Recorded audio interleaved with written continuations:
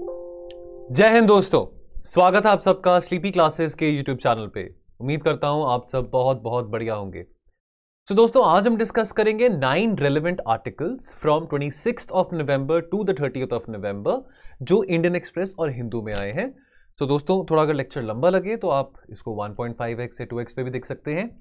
हम शुरू करते हैं अपने पहले आर्टिकल से। तो पहला आर्टिकल है making the house work. This is written by Suhas Palchekar. काफ़ी अच्छा लिखते हैं, ये पॉलिटिकल साइंटिस्ट हैं, काफ़ी अच्छे आर्टिकल्स लिखते हैं सोसाइटी के ऊपर, कास्ट के ऊपर।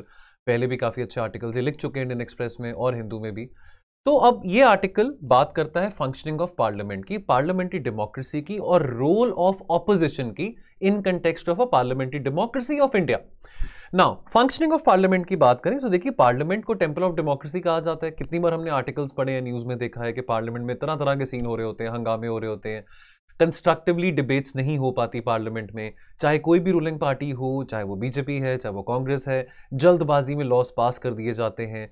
तो ऑपोजिशन में जो भी बैठा हो सिर्फ पॉलिटिकल मुद्दा बनाने के लिए, वोट बैंक्स के लिए, अननेसेसरी टीवी में हेडलाइंस और बनाने के लिए, सुर्खियों में आने के लिए ये ऑपोजिशन पार्टीज भी बहुत ज़्यादा हंगामा करती हैं। कंस्ट्रक्टिवली बात नहीं हो पाती है। Fact of the matter is that अगर हम पिछले 2 सालों की बात करें, चाहे CAA बिल था, चाहे वो फार्म लॉज के बिल था, जो कंट्रोवर्शियल फार्म लॉज बिल थे, इसको लेके ज़्यादा डिबेट नहीं करेगी पार्लियामेंट में। और इसका नतीजा क्या था, चाहे वो एंटी CAA प्रोटेस्ट थे या चाहे वो एंटी फार्म लॉ प्रोटेस्ट थे, सिविल सोसाइटी का एक बहुत कीमती एक रोल हमने देखा। Civil society played a very significant role in terms of voicing their concerns and opposing the bills. ये सब चीजें पार्लियामेंट में होनी चाहिए थी, जो कि हम बाहर देख रहे थे, which is good because role of civil society in democracy is very very vital. ठीक है, now it is necessary to analyse the farm law episode from the standpoint of the parliamentary system and the functioning of parliament in general. ठीक है, तो कितनी सारी media tension मिली थी CAA bill को, अगर हम बात करें फार्म लॉ के जो बिल्स थे उसकी हम बात करें, जो 3 फार्म बिल्स थे, बट डिस्पाइट दैट पार्लियामेंट में इतना कंस्ट्रक्टिव क्रिटिसिज्म या कंस्ट्रक्टिव एंगेजमेंट नहीं हुआ। ठीक है, सो यानी कि क्या जो ऑपोजिशन का जो रोल है, जो ऑपोजिशन की जो स्पेस है, now will that role of the opposition will that has to be perform by the civil society. After all member of parliament चाहे कांग्रेस के हैं चाहे बीजेपी की हैं, आप उनको चूज करते हैं, उनको इलेक्ट करते हैं। उनका काम है, उनका कर्तव्य है कि वो जो हमारे हक हैं, लोगों के हक हैं, जो लोगों को जो इश्यूज जो कंसर्न करते हैं, वहां पे पार्लियामेंट में उसकी आवाज उठाई जाए। लेकिन अगर ऑपोजिशन एमपीज उसकी आवाज नहीं उठाएंगे तो then who will raise the voice? Then definitely civil society will have to.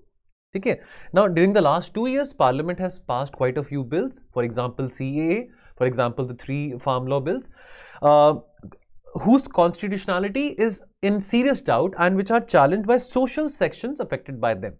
Right, so जैसे फार्म लॉस की बात करें तो फार्मर्स थे, CAA बिल की बात करें तो काफ़ी सारे जो नॉर्थ ईस्ट के जो लोग थे, specially from the minority community, उन्होंने इसको लेके प्रोटेस्ट किया था। So this is all being outsource to the civil society, which is good but which also has to be perform by the opposition. Now, questionable role of popular majority. Now, again, we repeatedly talk about this thing. Popular majority is not only about getting 272 plus seats.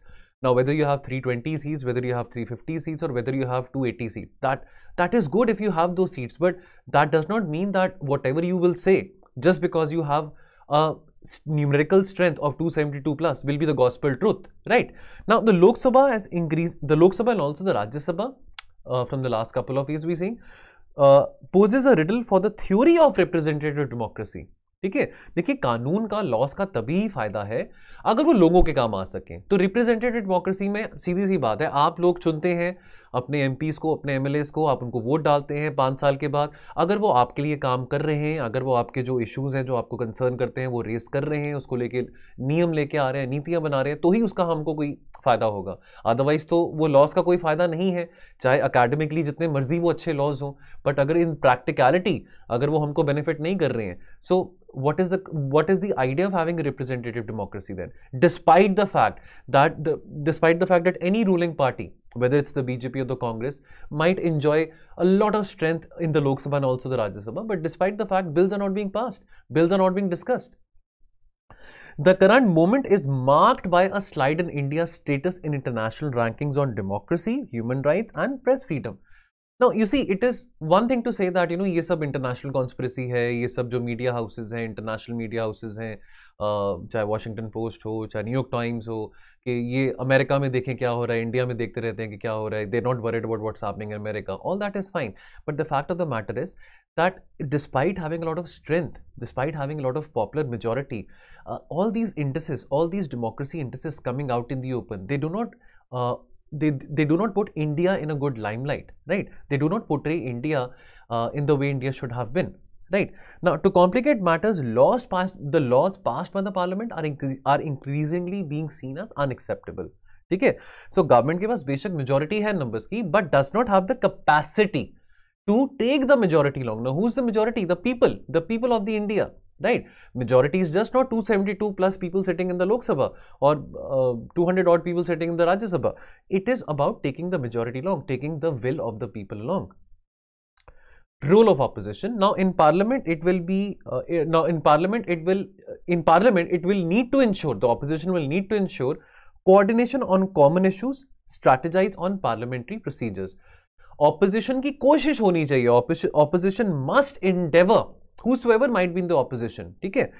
Tomorrow you might have a fact that maybe some other party apart from the Congress is the major opposition party, or tomorrow you never know, politics is a very funny thing, tomorrow you never know that BJP is in the opposition, whosoever is in the opposition, ठीक है? जो भी opposition में आए, उनकी कोशिश होनी चाहिए कि वो लोगों की आवाज़ को उठाएं, ठीक है? दबे हुए की लोगों की, जो दबे हुए लोग हैं, जो सप्रेस्ड लोग हैं, उनकी आवाज़ को उठाएं। इन्हीं के लिए तो उनको इलेक्ट किया गया, इसी के लिए तो उनको चुना गया है, और कौन सी कोई इतनी बड़ी बात है? तो उनको अगर चुना गया इसके लिए, तो वो काम करे ना जो उनको काम करना चाहिए, जो एक रिप्रेजेंटेटिव डेमोक्रेसी, एक पार्लियामेंट्री डेमोक्रेसी जो एक कर्तव्य है, एक ऑपोजिशन एमपी का, रूलिंग पार्टी एमपीज का जो कर्तव्य है, वो तो उनको निभाना चाहिए ना। सिर्फ शोर मचाने से और स्लोगनरिंग से बात नहीं चलती है। So noise and sloganeering can not replace the responsibility to represent, debate on the floor of the house in the parliament, whether in the Lok Sabha or whether in the Rajya Sabha.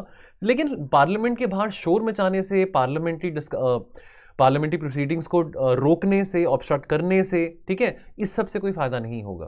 Constructively criticise करिए और वहां पे बैठ के debate करिए, ताकि आपके पास अगर नंबर कम भी हो ऑपोजिशन के पास, वो सरकार के ऊपर प्रेशर डाल सके और जो भी नीति है, जो भी कानून है, जो भी बिल्स हैं, उसमें सुधार लेके आ सकें। वो सुधार किसके काम आएंगे? लोगों के काम आएंगे, ठीक है?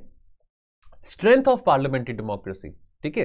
देखिए यहां पे एक बड़ी अच्छी लाइन ये भी आ जाती है, बड़ा अच्छा पॉइंट यहां पे ये भी आ जाता है कि एक तो आपकी रूलिंग पार्टी है, बट रूलिंग पार्टी के अंदर भी कुछ एमपीज हो सकते हैं जिनका जो ओपिनियन है, जिनका जो व्यू है, वो मे बी रूलिंग पार्टी के साथ एग्री ना होता हो, ठीक है? So obviously there has to be independence of opinion, independence of thought within the party also. Independence of ruling party members is connected to both intra and inter party democracy, तो this is good. See I mean, so for example अगर ruling party BJP है, उसके BJP के अंदर अगर कुछ MPs हैं जो नहीं सहमत सरकार के किसी लॉ के साथ, सरकार के किसी नियम के साथ, तो वो अपने कंसर्न्स रेज कर सकते हैं। आफ्टर ऑल सभी लोगों को, सभी एमपीज को लोगों ने ही चुना है, ठीक है? तो उनकी जो अकाउंटेबिलिटी है, रिस्पॉन्सिबिलिटी है, अपनी पार्टी के टुवर्ड्स बाद में है, पहले वो लोगों के टुवर्ड्स है, 125 करोड़ देशवासियों के टुवर्ड्स पहले वो रिस्पॉन्सिबिलिटी आती है, ठीक है? Do MPs from the ruling party, क्या एमपीज जो है, मेंबर ऑफ पार्लियामेंट, जो पार्लियामेंटेरियंस हैं from the ruling party, do they take up their role and their constituent seriously for reelection, और आर दे इंटायरली डिपेंडेंट कि भाई चलो कोई वेव होगा, जैसे अक्सर कहा जाता है कि चलो 2014 में मोदी वेव था, उसके चलते बहुत सारे लोगों को सीट मिल गई, बहुत सारे लोग इलेक्ट हो गए आज Lok Sabha MPs.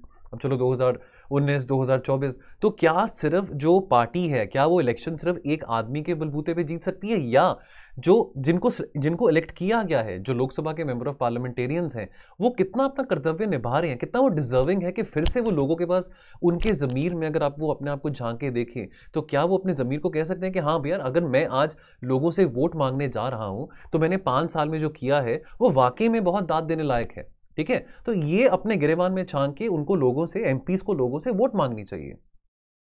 This is the strength, this is the test of a parliamentary democracy कि within the ruling party अगर कुछ लोगों के अपने ओपिनियंस नहीं मैच करते with the leadership of the party, तो कितना वो लोगों के टुवर्ड्स अपनी अकाउंटेबिलिटी दिखा रहे हैं। रोल ऑफ सिविल सोसाइटी, ठीक है। देखिए सिविल सोसाइटी का रोल बहुत बहुत इंपॉर्टेंट है। देखिए अभी पीछे अजीत डोभाल का कमेंट आया था कि civil society is the new dimension of warfare, ठीक है। चलिए वो बहुत ऑब्वियसली एक्सपीरियंस ब्यूरोक्रेट हैं तो उनके अपने व्यूज़ हो सकते हैं। इस आर्टिकल में यही बात करी गई है दैट ऐसा कहना अच्छी बात नहीं है कि civil society is a new dimension of warfare, ठीक है। So it is certainly not. So civil society does not cause civil war. On the other hand civil society suppresses the causes of civil war, ठीक है। It must be reiterated that no democracy can exist without a robust civil society. So civil society का होना बहुत बहुत ज़रूरी है, चाहे वो जर्नलिस्ट के फॉर्म में हो, चाहे वो स्टूडेंट्स के फॉर्म में हो, चाहे वो एक्टिविस्ट के फॉर्म में हो, चाहे वो फार्मर्स के फॉर्म में हो, उनका एग्जिस्ट करना बहुत ज़रूरी है। Protests have played and will continue to play as a critical role in forcing us to confront the issue of representation. देखिए अभी फार्म लॉज को रिपील कर दिया, बट ये पॉसिबल हो पाया सिविल सोसाइटी के प्रेशर के कारण। अगर सिविल सोसाइटी का प्रेशर नहीं होता तो शायद आज 1 साल के बाद ये फार्म लॉज रिपील ना करे जाते, ठीक है। तो सिविल सोसाइटी, चाहे वो सीए प्रोटेस्ट थे, चाहे वो अगेन फार्म लॉज की बात करें, तो उनका सिविल सोसाइटी का योगदान बहुत बहुत सिग्निफिकेंट है। चलिए अगला article, the day India was born. So again, so this article is in context of 26th November 1949. So 26th November 2021 was the 72nd Constitution Day. So on the 26th of November 1949 we had adopted the Constitution, ठीक है। So this was the culmination of 3 years of hard work, of thoughtful discussions and rigorous drafting of the founding fathers of our Constitution. Now, the dual purpose of the Constituent Assembly that wrote India's Constitution set as a parliament in the morning and drafting assembly in the afternoon. So this was a day and night hard work thing. आपको पता है अगर आपने polity पढ़ा है कि जो हमारा कॉन्स्टिट्यूशन है उसमें जो उसके जो फीचर्स हैं कॉन्स्टिट्यूशन के, वो कितनी सारी कंट्रीज में से उठाए गए हैं, चाहे वो यूएसएसआर हो, चाहे वो जापान हो, चाहे वो साउथ अफ्रीका हो, चाहे वो ब्रिटेन है, चाहे वो अमेरिका है, चाहे वो आयरलैंड है, चाहे वो जर्मनी है। सो हमारे प्रोविजंस बहुत सारे कॉन्स्टिट्यूशन, हमारे कॉन्स्टिट्यूशन के प्रोविजन बहुत सारे कॉन्स्टिट्यूशन में से उठाए गए हैं, ठीक है। तो ये बहुत लंबा चौड़ा काम था, दिन रात एक करा हमारे founding fathers of the constitution में। बहुत आसान काम नहीं था, पार्टीशन का भी दौर चल रहा था, कम्युनल राइट्स भी बहुत थे। तो इस सब के बीच में 3 साल लगे हमको अपना संविधान बनाने के लिए। तो दाद देने की बात है कि आज 72 ईयर्स के बाद भी हमारा जो कॉन्स्टिट्यूशन है वो एंड्योर कर रहा है। देखिए हम जिस रीजन में रहते हैं, साउथ एशिया की बात करें, अपने आसपास के अपने पड़ोस में देखें, पाकिस्तान को देखें, अफगानिस्तान को देखें, नेपाल को देखें, बांग्लादेश को देखें, यहाँ पे कॉन्स्टिट्यूशन नाम की चीज़, डेमोक्रेसी नाम की चीज़ नहीं आई है। अगर आई भी है तो बहुत नेसेंट स्टेज में, अगर आई भी है तो चलो अभी कंसोलिडेट होने में टाइम है। प्रॉब्ली हम ये बात बहुत प्राउडली कह सकते हैं that India is one of the countries in the whole South Asian region जहाँ पे इतने समय से डेमोक्रेसी स्टेबल है। कमियां हर किसी कंट्री में हो सकती हैं, इंडिया में भी कमियां हैं, ठीक है, नो डाउट। इमरजेंसी का टाइम यहाँ पे भी हमने देखा, डेमोक्रेसी का मजाक बनाया गया इमरजेंसी के टाइम पे, but despite the fact we have endured our constitution for the last 72 years and we have endured and ensured that democracy remains intact. Contrast to constitutions of other countries, ठीक है। Now India's constitution is unique in its approach for making reputations for historical discrimination on grounds of caste, ठीक है। तो चाहे abolition of caste system की बात करें, देखिए हमारे founding father of the constitution तो B.R. अम्बेडकर हैं, बाबा साहब अम्बेडकर हैं। तो बाबा साहब अम्बेडकर ने इस बात का बहुत खास ख्याल रखा था कि जो दलित हैं, जो कि शेड्यूल कास्ट हैं, दलित समाज के जो लोग हैं, उनको किसी किस्म का डिस्क्रिमिनेशन ना फेस करना पड़े। बिकॉज हिस्टोरिकली अगर हम देखें तो दलित्स को, शेड्यूल कास्ट के जो लोग हैं, उनको बहुत डिस्क्रिमिनेशन फेस करना पड़ा था बहुत सालों से, बहुत हज़ारों सालों से। इस बात का ध्यान रखा गया था जिसके चलते डिस्क्रिमिनेशन, अबॉलिशन ऑफ अनटचेबिलिटी की बात करें, डिस्क्रिमिनेशन को अवॉइड करने की बात करें, ठीक है, ये और एफर्मेटिव एक्शन की बात करें, तो ये सब बातें हमारे कॉन्स्टिट्यूशन में इंश्राइन करी गई थी। पर इस तरह का एफर्मेटिव एक्शन या इस तरह की बातें हमने किसी और कंट्री के संविधान में नहीं देखी। अगर अमेरिका की ही बात करें, जो अमेरिका जो चैंपियन ऑफ डेमोक्रेसी कहलाता है अपने आप को, ओल्डेस्ट डेमोक्रेसी कहलाता है अपने आप को, so by contrast America's constitution has no apology. हमारे फाउंडिंग फादर्स ने फिर भी अपॉलोजेटिक फील किया कि यहाँ पे दलित समाज के लोगों के साथ बहुत ज्यादती हुई इतने हज़ारों सालों से, लेकिन ऐसा कुछ अपॉलोजेटिक अमेरिका के जो फाउंडिंग फादर्स थे कॉन्स्टिट्यूशन के, उन्होंने नहीं इतना कोई अपॉलोजेटिक फील किया towards people who were forced to do slavery.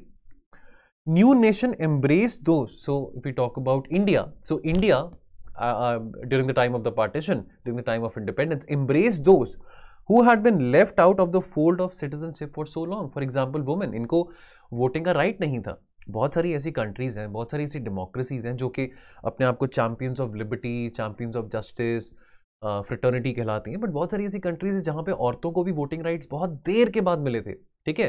तो बट इंडिया जब हम इंडिपेंडेंट हुए तो हमने वो यूनिवर्सल अडल्ट सफरेज का भी प्रोविजन रखा, तो चाहे औरतें थे, चाहे लोअर कास्ट के लोग थे, चाहे माइनॉरिटीज़ थे, सबको वोटिंग का भी अधिकार मिला।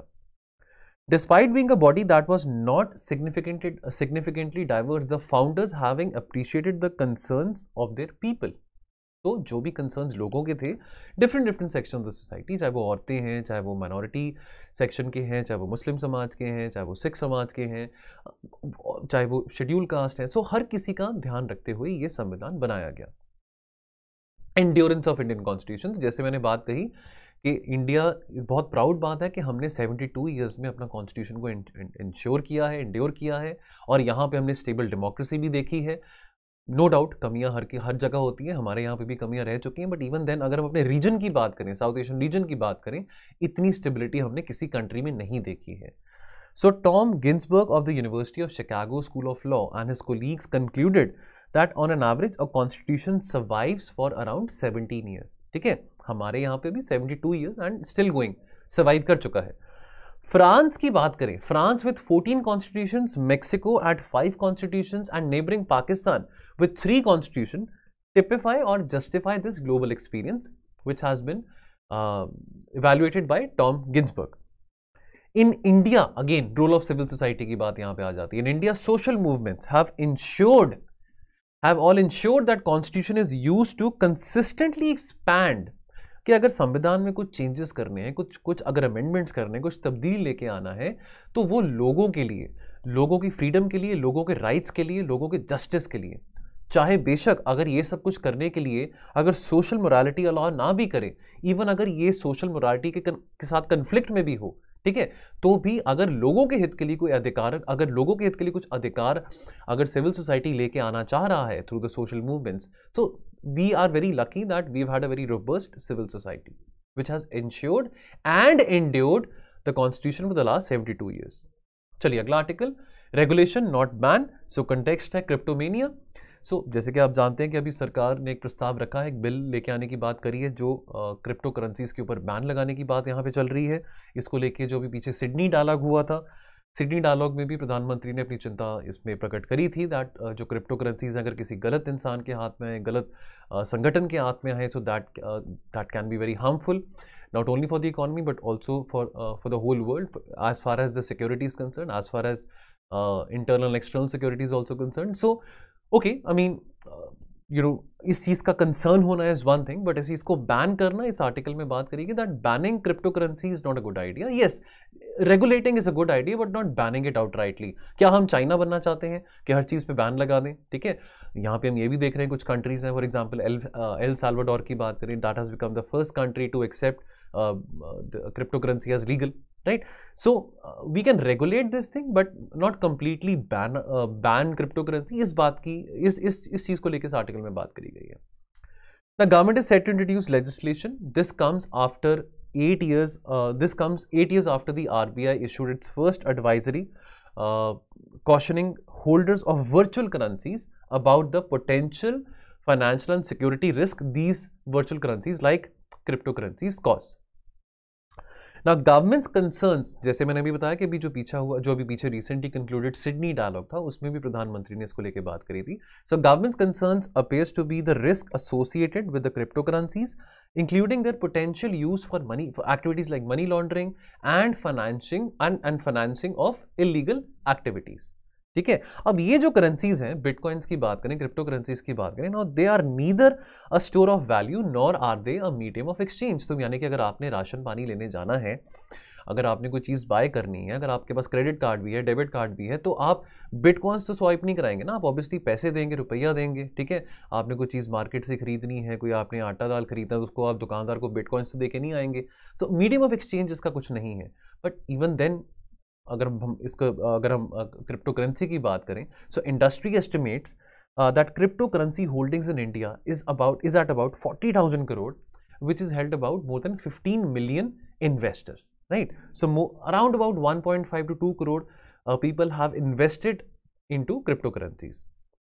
नाउ सुप्रीम कोर्ट ने last year that had struck down an RBI notification. Supreme court ने ये कहा था दैट देखो कि हमको क्रिप्टो करेंसी बैन क्यों करें, हम आपको ऐसा कानून लेके आइए, why should we ban crypto currency. तो सुप्रीम कोर्ट ने ये जो आरबीआई के जो ऑर्डर्स थे, जो निर्देश थे कि भाई आप क्रिप्टो करेंसी को बैन करने की जो बात चल रही थी, तो सुप्रीम कोर्ट ने बोला दैट लुक हम क्रिप्टो करेंसी को बैन नहीं करेंगे। हाँ, अगर आपने इसको रेगुलेट करना तो आप रेगुलेट कर सकते हैं, लेकिन ये सब चीज़ें कानून के थ्रू आएंगी, इसके लिए नियम बनाना पड़ेगा, सरकार को इसके लिए लॉ बनाना पड़ेगा। ठीक है, अब क्योंकि सुप्रीम कोर्ट ने ये आइडिया जो आरबीआई ने पिछले साल दिया था नलिफाई कर दिया, तो इसके चलते फिर एक इन्वेस्टर सेंटिमेंट बढ़ा towards crypto currency and that saw an exponential jump in investment in the virtual currencies. अब अभी रिसेंटली एल साल्वाडोर की बात करें तो El Salvador has officially declared bitcoin as a legal tender.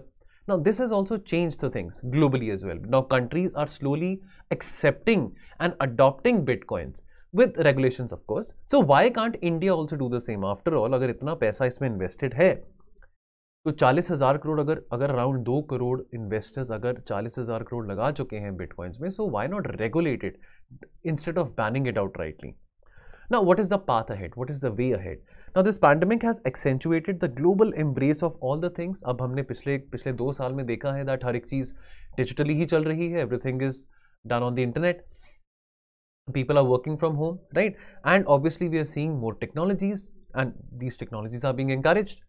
So this pandemic has obviously shown us the way, and now the pandemic has shown us that how the global embracing of all the digital technologies is happening. So this has enabled cryptocurrencies, including blockchain, appearing to be no different, right? So if we are embracing new technologies, if we are embracing new digital technologies, so what is stopping us from embracing virtual currencies as well? Canada, Japan and Thailand they allow the use of virtual currencies as a payment method with some regulations, with some jurisdictions, within some limits. All things given, India should not choose the path of China. ठीक है, India को China वाला रास्ता नहीं adopt करना चाहिए, जैसे China की आदत है हर चीज़ पे बैन लगा देना. सो चलो चाइना एक कम्युनिस्ट स्टेट है, so but we shouldn't follow the path of China.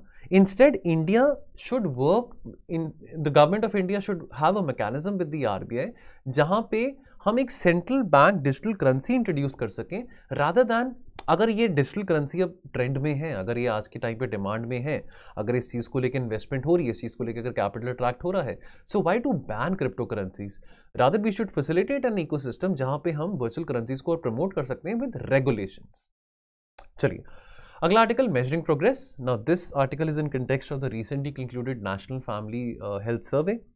तो इसमें से क्या क्या जो चीज़ें हैं, जो फाइंडिंग्स हैं आई हैं, वो हम डिस्कस करते हैं. तो देखिए पहली बात तो ऐसा पीरियोडिक असेसमेंट होना after every 2 or 3 years, assessment of the health and social development indicators is always a very good thing. After all, we as a country we have very poor score. हमारे जो human development indicators हैं वो बहुत poor हैं. सो इस तरह की जो रिपोर्ट्स हैं, इस तरह की जो फाइंडिंग्स हैं कि कितना फर्टिलिटी रेट है, क्या हमारा चाइल्ड न्यूट्रिशन रेट है, कितना मैल न्यूट्रिशन है, ठीक है, कितनी औरतें हैं जो अनीमिक हैं, कितनी औरतें हैं जो अनीमिक नहीं हैं, चाइल्ड सेक्स रेशियो क्या है, ये सब चीज़ें अगर हमको पता लगती रहेंगी तो उतना हम अपना ह्यूमन डेवलपमेंट इंडिकेटर्स भी इम्प्रूव करते रहेंगे. ठीक है, क्वालिटी ऑफ लाइफ भी बहुत ज़रूरी है ना, सिर्फ जीडीपी ज़रूरी नहीं होता, क्वालिटी ऑफ लाइफ इंप्रूव करना वो भी बहुत ज़रूरी है. ठीक है, तो क्वालिटी ऑफ लाइफ के लिए हेल्थ इज़ वेरी पैरामाउंट. ठीक है, सेहत होगी तो ही जान है तो जहान है, जैसे हम कहते हैं. This year there has been a rapid improvement in the maternal and child health, sex ratio and population control.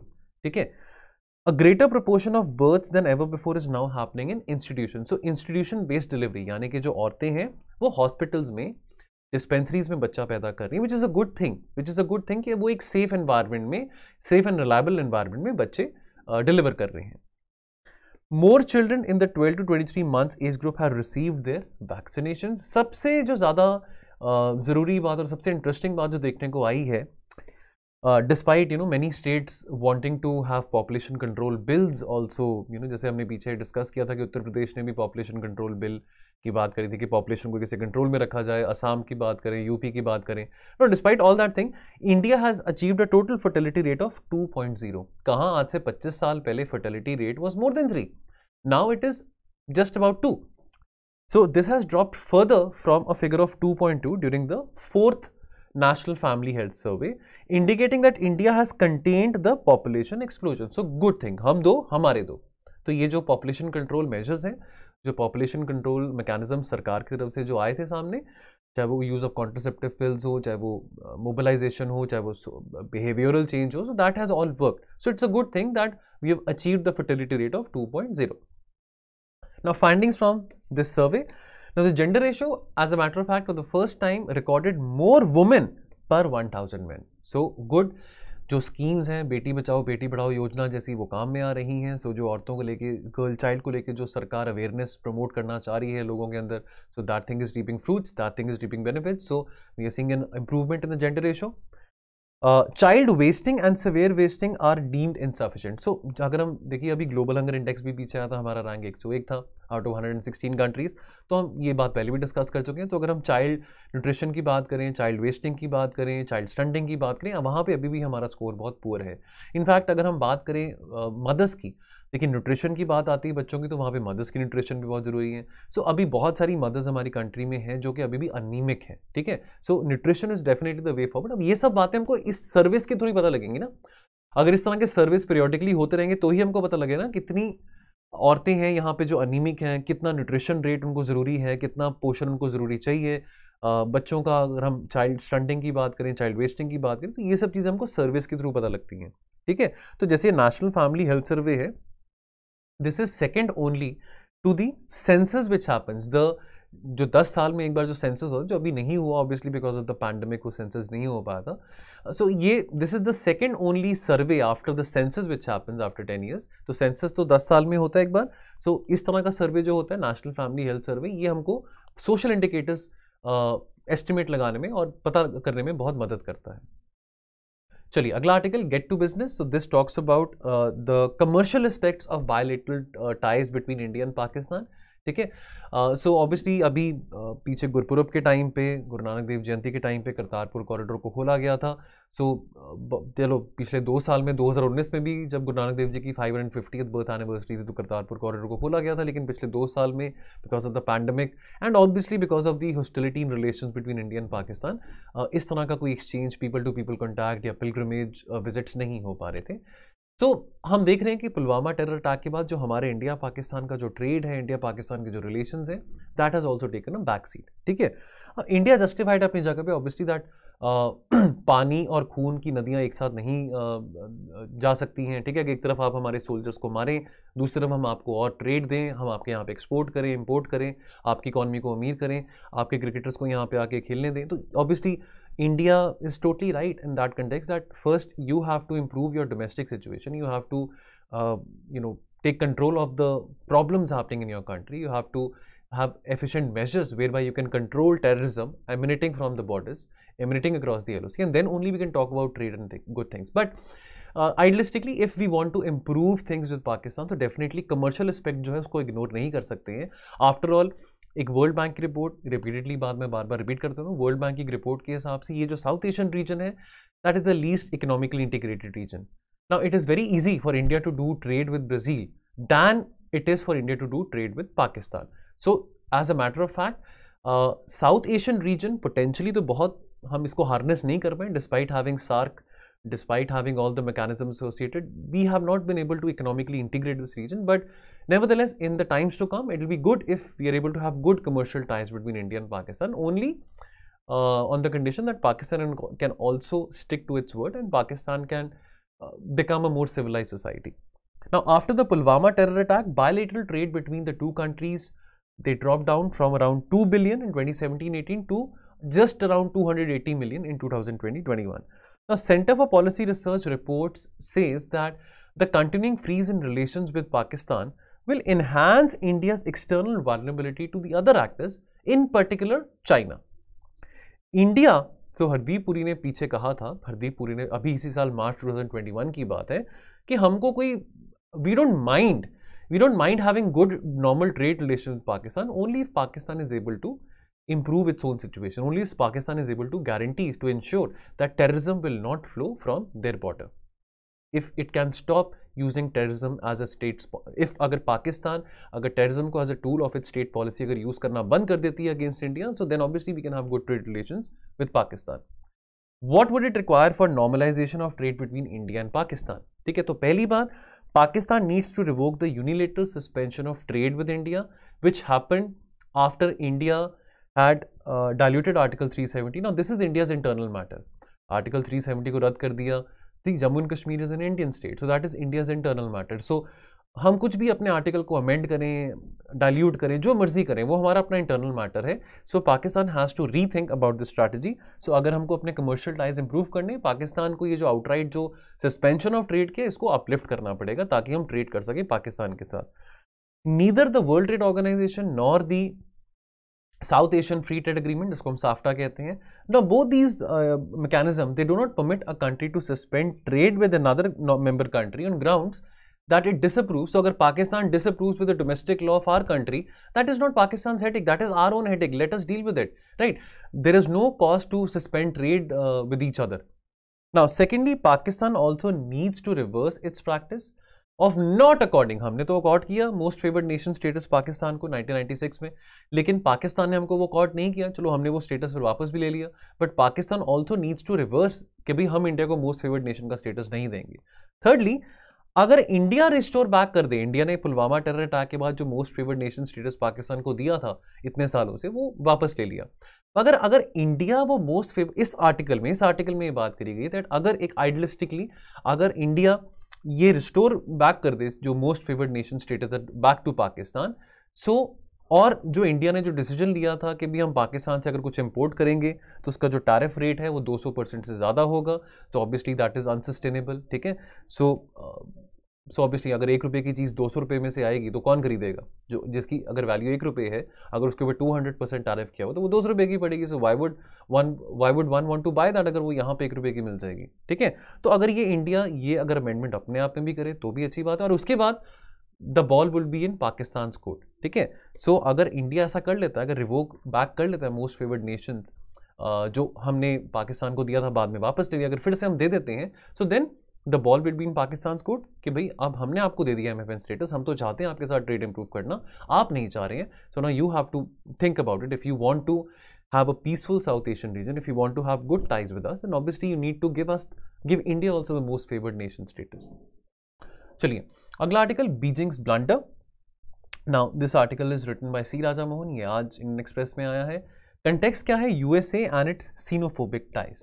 ठीक है, देखिए अब ये एरा है मिनीलेटरलिज्म का, एक टाइम था मल्टीलेटरलिज्म का. ठीक है, जैसे हम बात करते हैं यूनाइटेड नेशन सिस्टम की multilateralism, so obviously multilateralism was another tool by America to retain its hegemony globally on social and economic matters all over the world. Now this is the era of minilateralism.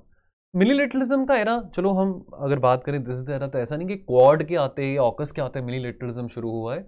तो पहले BRICS था, पहले RIC भी था. चलो Russia India China की बात करें, Brazil Russia India China south Africa की बात करें, तो अब लेकिन अगर चाइना को इससे बहुत प्रॉब्लम होती है. चाइना कहता था लोग क्वाड है, ऑकस है, ये सब एशियन नेटो है. ठीक है, so China in Beijing's diplomatic lexicon, quad हो या ऑकस हो, दे आर स्मॉल क्लिक्स. ठीक है, now small cliques are not new to international politics. China के भी ऐसे स्मॉल मिनीलैटरल ग्रुपिंग्स रह चुके हैं. RIC या ब्रिक्स की बात करें तो एक टाइम पे तो ब्रिक्स बहुत प्रॉमिसिंग था. आज से 6-7 साल पहले ब्रिक्स में बहुत इन्वेस्ट करा, हमारी गवर्नमेंट ने भी इन्वेस्ट किया था और चाइनीज़ गवर्नमेंट ने भी इन्वेस्ट किया था. ठीक है, कि कैसे ब्रिक्स आने वाले टाइम में वर्ल्ड ग्लोबल इकोनॉमिक ऑर्डर को चेंज कर देगा, IMF को, वर्ल्ड बैंक को, तो बहुत बड़ी बड़ी बातें थी, है ना. लेकिन आज के टाइम पे चाइना खुद बहुत सस्पिशियस है against the minilateral groupings which is led by the US. Now China का ये कहना है, जी जिनपिंग का ये कहना है दैट लुक, मेरे जो छोटे छोटे जो मिनीलेटरल ग्रुपिंग्स हैं वो बहुत महान है. Because why? Because they are promoting multipolar world. These छोटी छोटी जो हमारे ग्रुप्स हैं, ब्रिक्स हो गया, रशिया इंडिया चाइना हो गया, ये वेस्टर्न इन्फ्लुएंस को और वेस्टर्न हेजेमनी को कंट्रोल करने के लिए बनाए गए हैं. ब्रिक्स बनाया गया है, चलो क्यों हम IMF की सुने, क्यों वर्ल्ड बैंक की सुने. ऐसा चाइना का कहना था कि हम अपना खुद का एक ग्लोबल इकोनॉमिक ऑर्डर बनाते हैं जो गरीब देश हैं. चलो ये तो पंडित नेहरू ने भी आज से इतने साल पहले जब नॉन अलाइन्ड मूवमेंट का आइडिया शुरू हुआ था तो यही बात कही थी, है ना, कि हम ना USA के साथ जाएंगे ना USSR के साथ जाएंगे, हमने कॉलोनियल पावर्स के साथ सपोर्ट नहीं करना. आज के टाइम पे चाइना ये कह रहा है दैट लोग जो हमारी यानी कि चाइना की जो छोटी छोटी ग्रुपिंग्स हैं, मिनीलेटरल ग्रुपिंग्स हैं, they are promoting a multipolarity. No, but obviously अगर आपको ऐसा लगता है, so then why are you against the idea of minilateral groupings happening within Asia which are not targeting you but which are happening to contain you? तो clearly China ने कुछ ऐसा किया होगा ना कि US is feeling कि भाई यूएस एक, जैसे आप अगर आप उसको यूएस को प्रोवोक करेंगे तो obviously US will take out some measures to contain to you, ठीक है। After all US is a super power from the last more than 80 years, whereas China is not a superpower from 80 years. China might have now become a superpower. China का economic size अब बड़ा हुआ होगा, but China is a revisionist power. Now which super power would want कि एक revisionist power उसकी authority को, एक सुपर पावर की टेंडेंसी और अथॉरिटी टेंडेंसी को चैलेंज करे? No super power would want that. Why would USA want that? What bothers China about USA forming these mini-lateral groupings in Asia? Now, Beijing was convinced that Joe Biden जो हैं वो Donald Trump का agenda नहीं follow करेंगे. शायद Joe Biden थोड़े नरम होंगे, थोड़े ज़्यादा प्यार दिखाएंगे to Xi Jinping, to China, जबकि डोनाल्ड ट्रंप जाते जाते बहुत चाइना का मजाक उड़ा के गए थे, चाइना को बहुत क्रिटिसाइज किया था, कोरोना वायरस के चलते भी, चाइनीज़ फ्लू है, ये है वो है.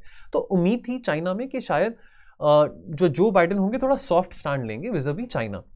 बट जो बाइडेन ने जब से अपनी प्रेसिडेंसी संभाली तो उनका जो एजेंडा रहा है towards China, that has been pretty much the same as it was by Donald Trump. So that policy towards China has been continued.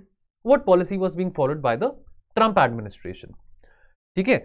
Now Biden in contrast, अब बाइडेन ने आते सार has made alliances as a critical element of his China strategy. अभी एक साल नहीं हुआ है को बाइडेन जी को, और एक साल के अंदर अंदर क्वाड की बात करें, ऑकस की बात करें, ये सब जो अलायंसेस बनाए जा रहे हैं, किसके ऊपर निशाना डाला जा रहा है? चाइना को कंटेन करने के लिए, ठीक है. तो चाइना पहली बार में ऐसा कुछ करता ही क्यों है जैसे यूएस को लगे कि भी चाइना को कंटेन करना है, ठीक है. तो अब ये जो एशियन कंट्रीज हैं, इंडिया, ताइवान की बात करें, साउथ कोरिया की बात करें, हम जापान की बात करें, इवन अगर हम ऑस्ट्रेलिया की बात करें, चलो वो एशिया में नहीं आता, वो चलो सदर्न हेमिस्फीयर में ओशियाना का पार्ट है. इन सब कंट्रीज के चाइना के साथ, ऑस्ट्रेलिया के रिलेशन चाइना के साथ बहुत अच्छे रह चुके हैं पास में. लेकिन आज ऐसा क्या हुआ कि ये सब कंट्रीज यूएस के साथ बैंड वैगन कर रहे हैं?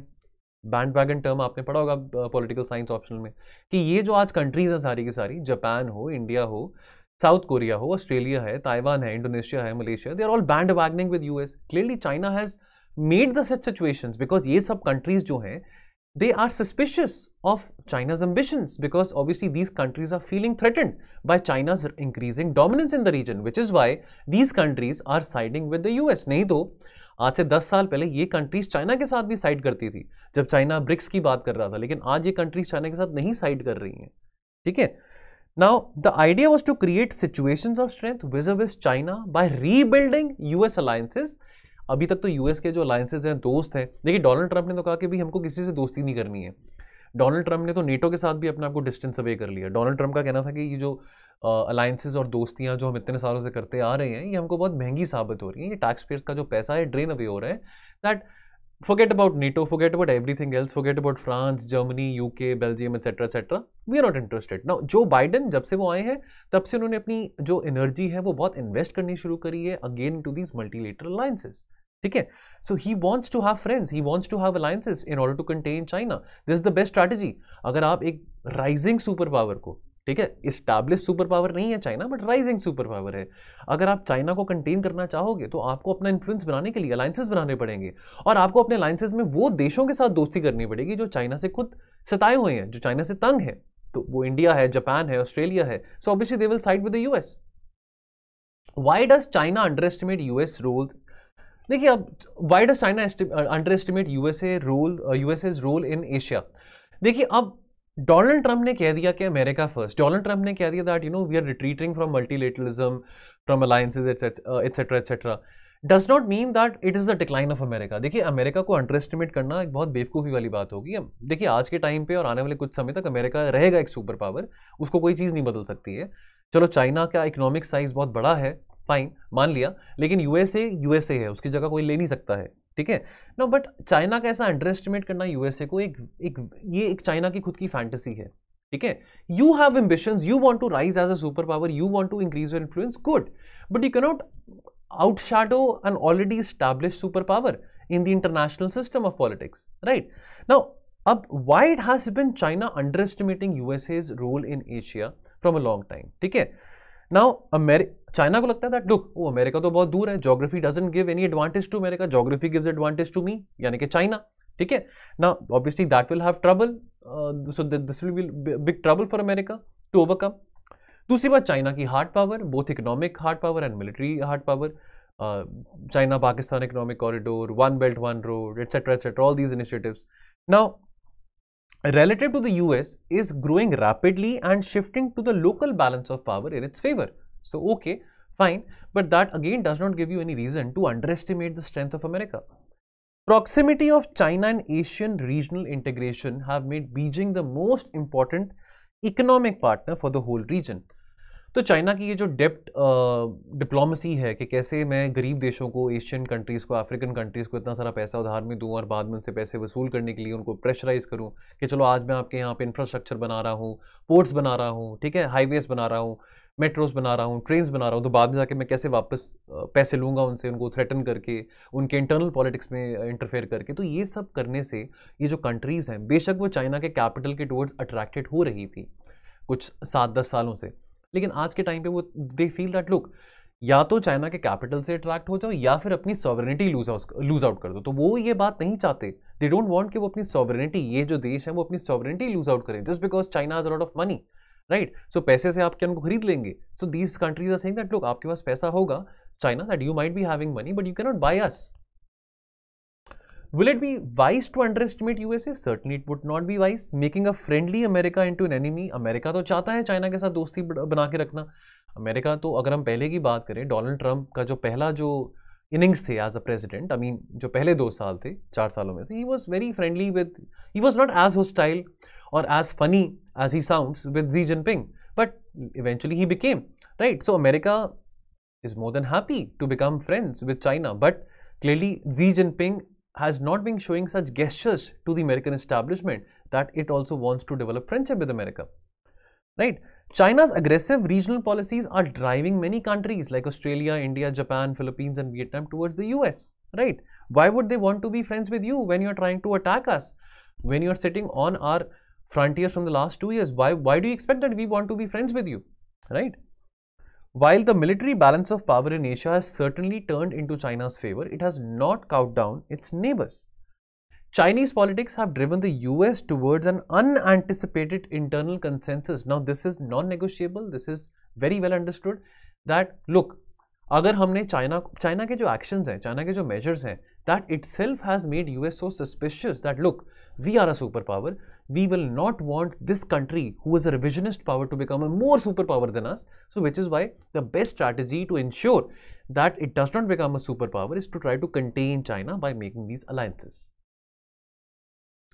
Playing the Asian nationalism card. अब China का ये कहना that look, Asia is Asia, you know, China, India, Japan, you know, all these countries, you know, they have been colonized at some point of their history, during the course of history, right? So we don't want any involvement of any European power or any American power in our region, right? And in the past ये Asian nationalism का card काम कर जाता था, ठीक है।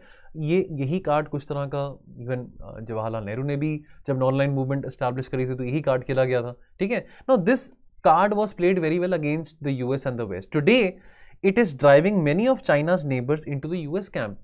वो कह रहे हैं कि यार काहे का एशियन नेशनलिज्म, जब हमारी सॉवरेनिटी, अगर हम साउथ चाइना सी की बात करें, इंडोनेशिया, वियतनाम, फिलीपींस, इन सब की बात करें, वो कहते हैं कि काहे का नेशनलिज्म, किस बात की सॉवरेनिटी, अगर हमको चाइना से ही थ्रेटन फील हो रहा है तो पहले तो हमारी जो नेशनलिज्म थी दैट वाज कि भी हमने यूनाइटेड रहना है against US and the west. आज के टाइम पे ये कंट्रीज क्या कह रही है, आज के टाइम पे कंट्रीज कह रही है हमको यूनाइटेड रहना है to safeguard our sovereignty, to safeguard our values against China, ठीक है। तो किस बात का एशियन नेशनलिज्म, जो चाइना अपने आप को एशियन नेशनलिज्म का दादा कहना चाहता है, किस बात का Asian nationalism?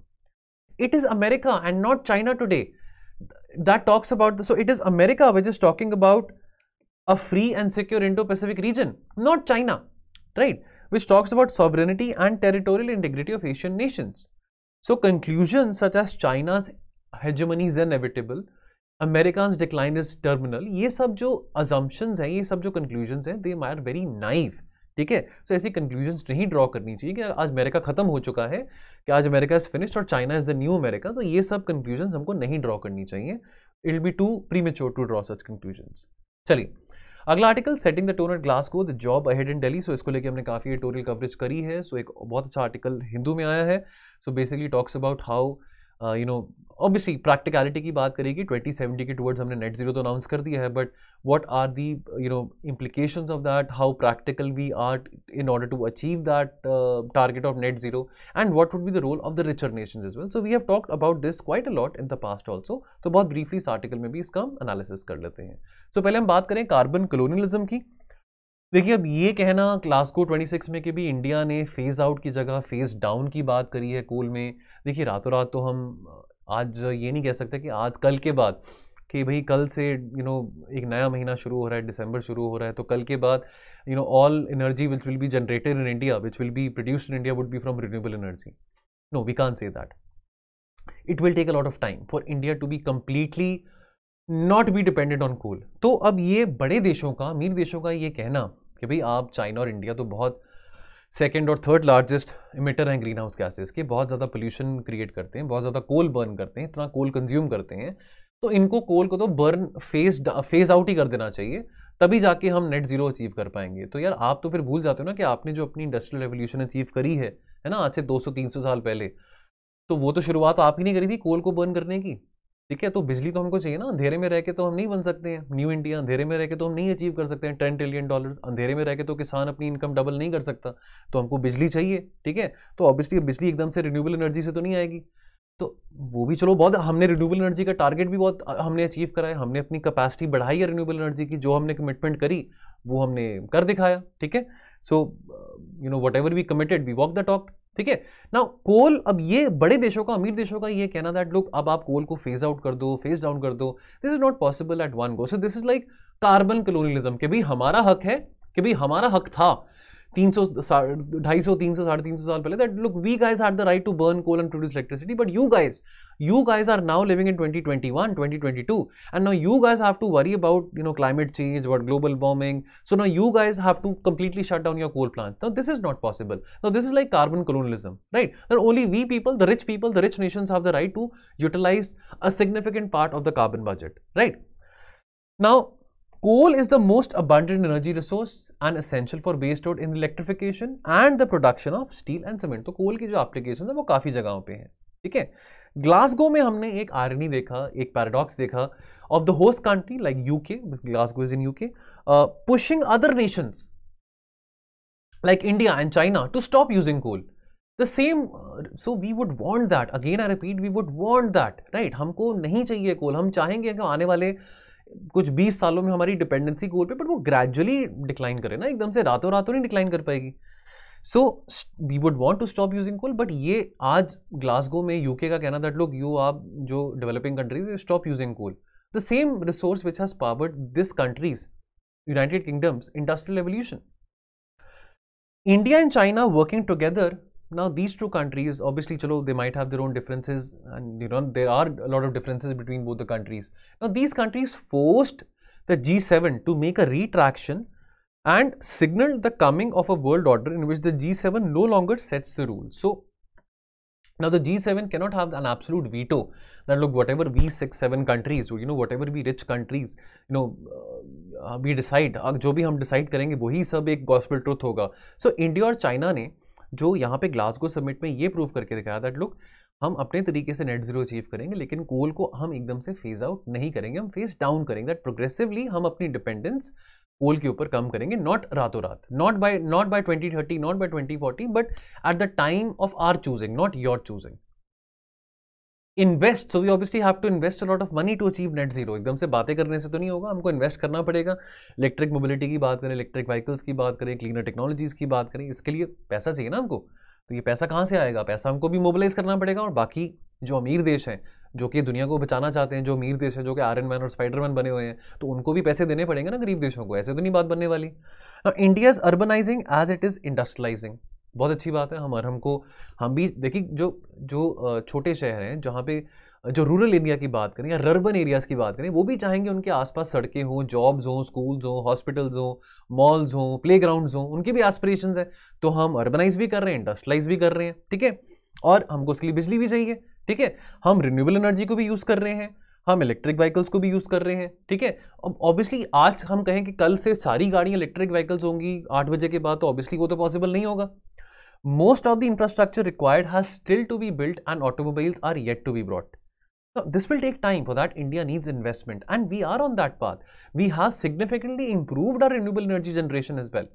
So, India will not be replacing current systems and will be making investments, not incurring costs. The rich nations also need to reduce their consumption. Okay? Now, there is a lot of evidence available that the consumption of rich people living in richer nations, that determines and accelerates an increase of the emissions of carbon dioxide. Okay? Now, climate change has to be addressed by the West by reducing consumption, not just greening it. Okay? Consumption patterns, they need to be shifted from resource and carbon intensive goods and services to better, cleaner technologies, better, cleaner modes of transportation, electric vehicles, buses, cycles, etc. Along with reducing demand, resource and carbon intensity of consumption has to decrease, which means the richer nations, they have to ensure that they're expanding more renewable energy, they're electrifying cars, they're using more electric mobility and public transport, right? So these are some of the things which the rich nations must do, absolute must, if they have to cut down their consumption. Powerless to pay, ये अगला article है. So this talks about use of bankruptcy code to recover DISCOM arrears, which will require careful thinking. So bankruptcy codes against the DISCOMs.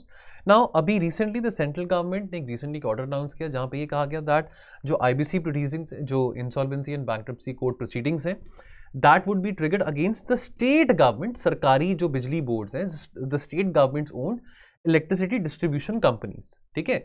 अब electricity supply act 1948 that establish the state electricity board. हर एक state का अपना बिजली board होता है. ठीक है.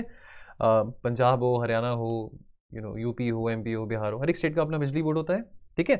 For the development and operation of generation, transmission and distribution of electricity. 1991 के बाद जब हमने एलपीजी रिफॉर्म्स लेके आए तो उसके बाद हमने इलेक्ट्रिसिटी जनरेशन को भी ओपन अप किया to the private sector, right. However the state government control over electricity distribution continued. तो बेशक हमने प्राइवेटाइजेशन की बात करी, बिजली को प्राइवेट प्लेयर्स का इन्वॉल्वमेंट इलेक्ट्रिसिटी सेक्टर में हो, बट इवन देन जो कंट्रोल था वो फिर भी स्टेट गवर्नमेंट के अंडर था. जो बिजली बोर्ड का जो कंट्रोल था वो स्टेट गवर्नमेंट के अंडर था. ठीक है.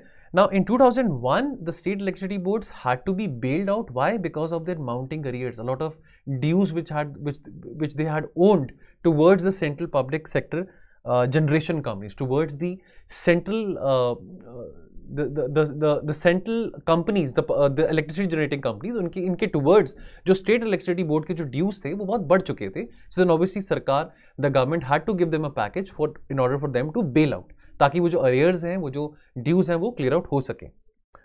While around 47% of electricity is now being generated privately, most DISCOMs are still state government owned. जो बिजली बोर्ड की बात करते हैं वो अभी भी स्टेट सरकारी कंट्रोल के अंडर है. बेशक आज 47 क्लोज टू 50% ऑफ द जो इलेक्ट्रिसिटी है that is being generated by the private sector.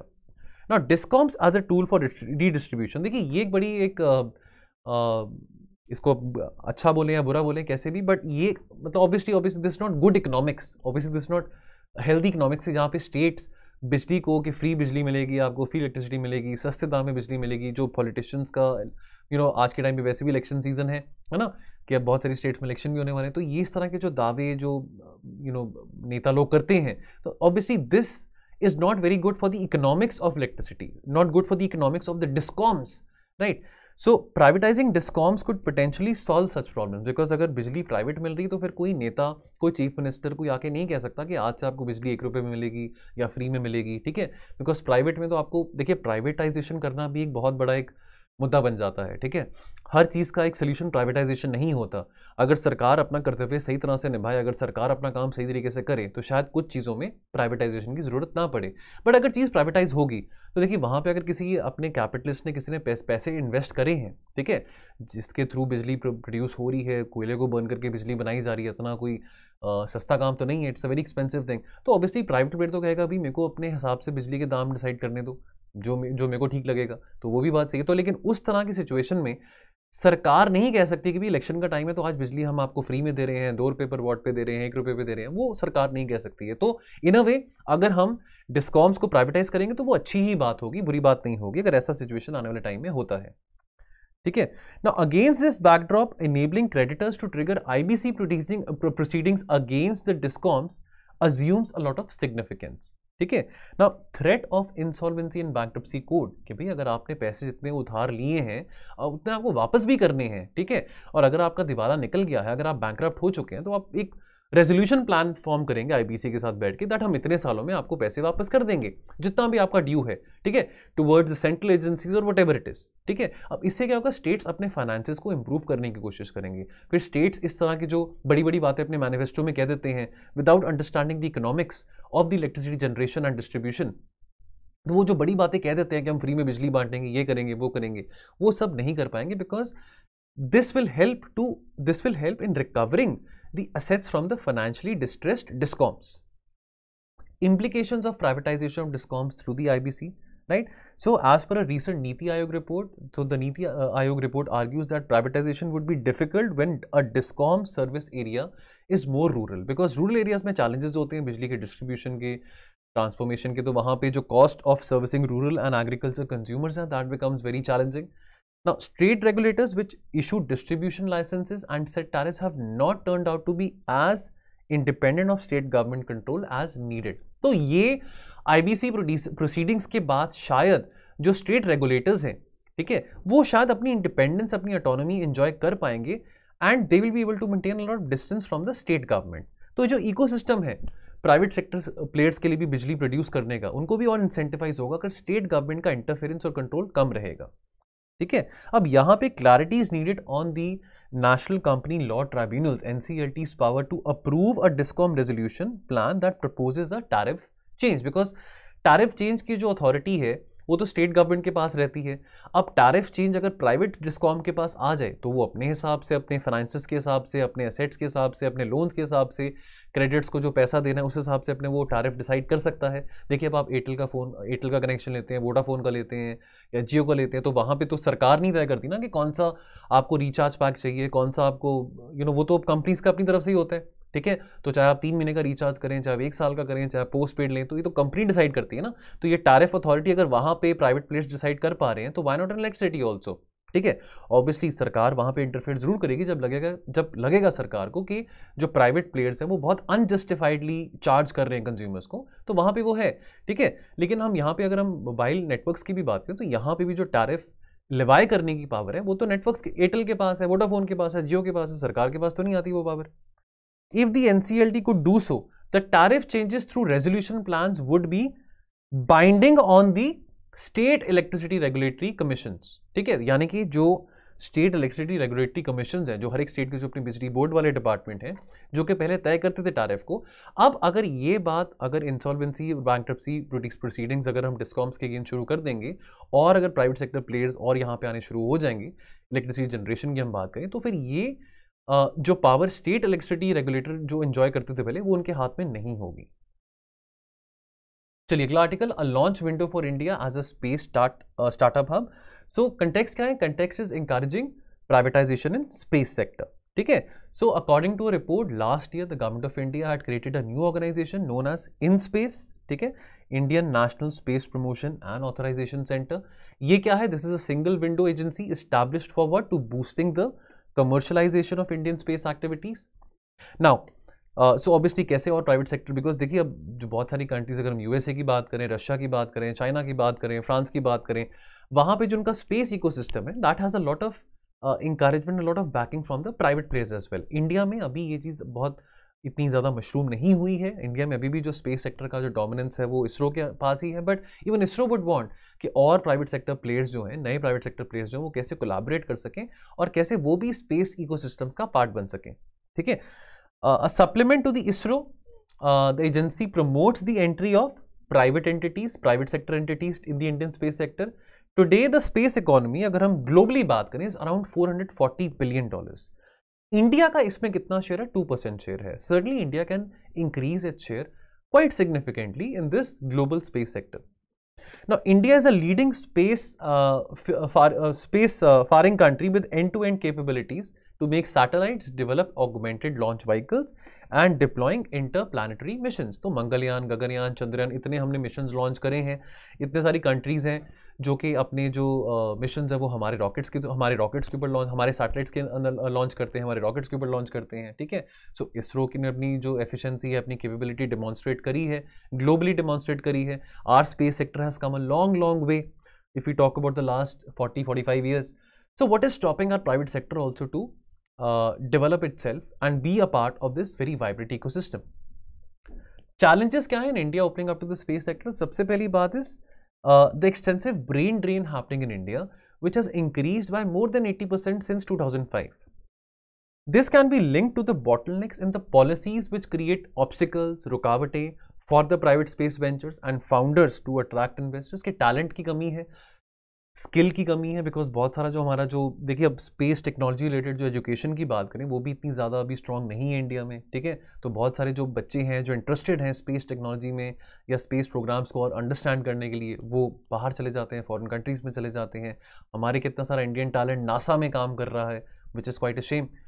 Another crucial aspect of space law is insurance and indemnification clarity, particularly about who or which entity will undertake the liability in case of a certain kind of a mishap.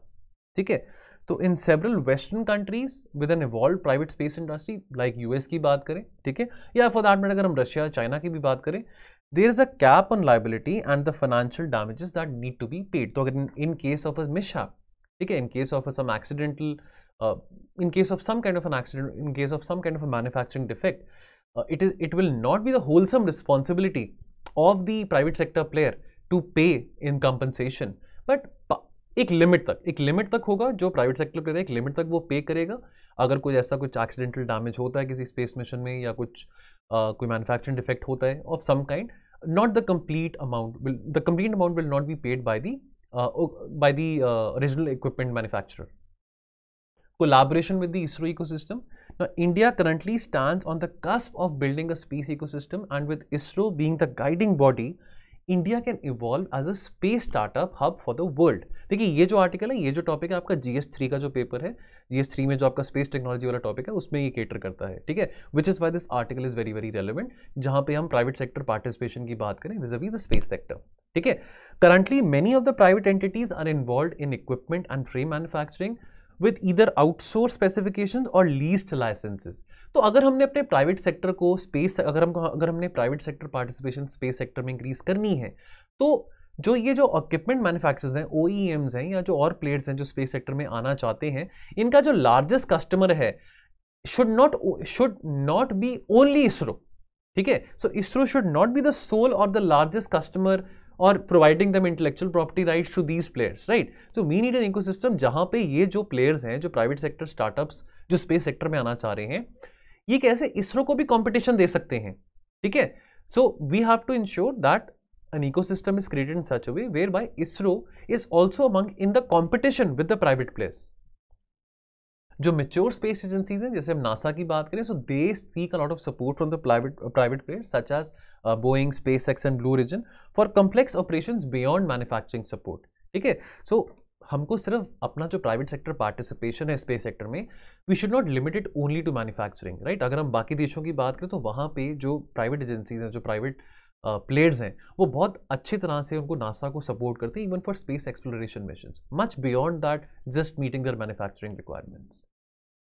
चलिए, सो दोस्तों आज के लिए इतना ही। तो ये lecture अगर आपको थोड़ा लंबा लगा हो तो मैं आपको रिक्वेस्ट करूंगा इसको आप 1.5x में भी देख सकते हैं या 2x में भी देख सकते हैं। सो ये रेलेवेंट आर्टिकल्स थे फ्राइडे से लेके आज तक के, ट्यूसडे तक के। कुछ ही देर की बात है, एक बार जब मेंस आपके हो जाएंगे तो उसके बाद हम वापस अपने पुराने शेड्यूल में आ जाएंगे, यानी कि मंडे, वेडनेसडे और फ्राइडे को DND हुआ करेगा और ट्यूसडे, थर्सडे और सैटरडे को DED यानी कि डेली एडिटोरियल डिस्कशन होगा।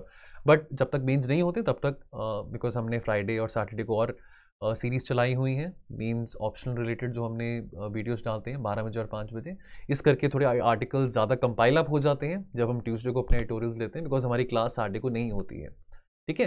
तो ये सब स्ट्रीमलाइन हो जाएगा और 1 महीने 1.5 महीने की बात है, then everything will be streamline. So दोस्तों मिलेंगे अब हम थर्सडे को और एडिटोरियल एनालिसिस के साथ। तो आप अपना ख्याल रखिए और पढ़ते रहिए। Thank you so much. जय हिंद।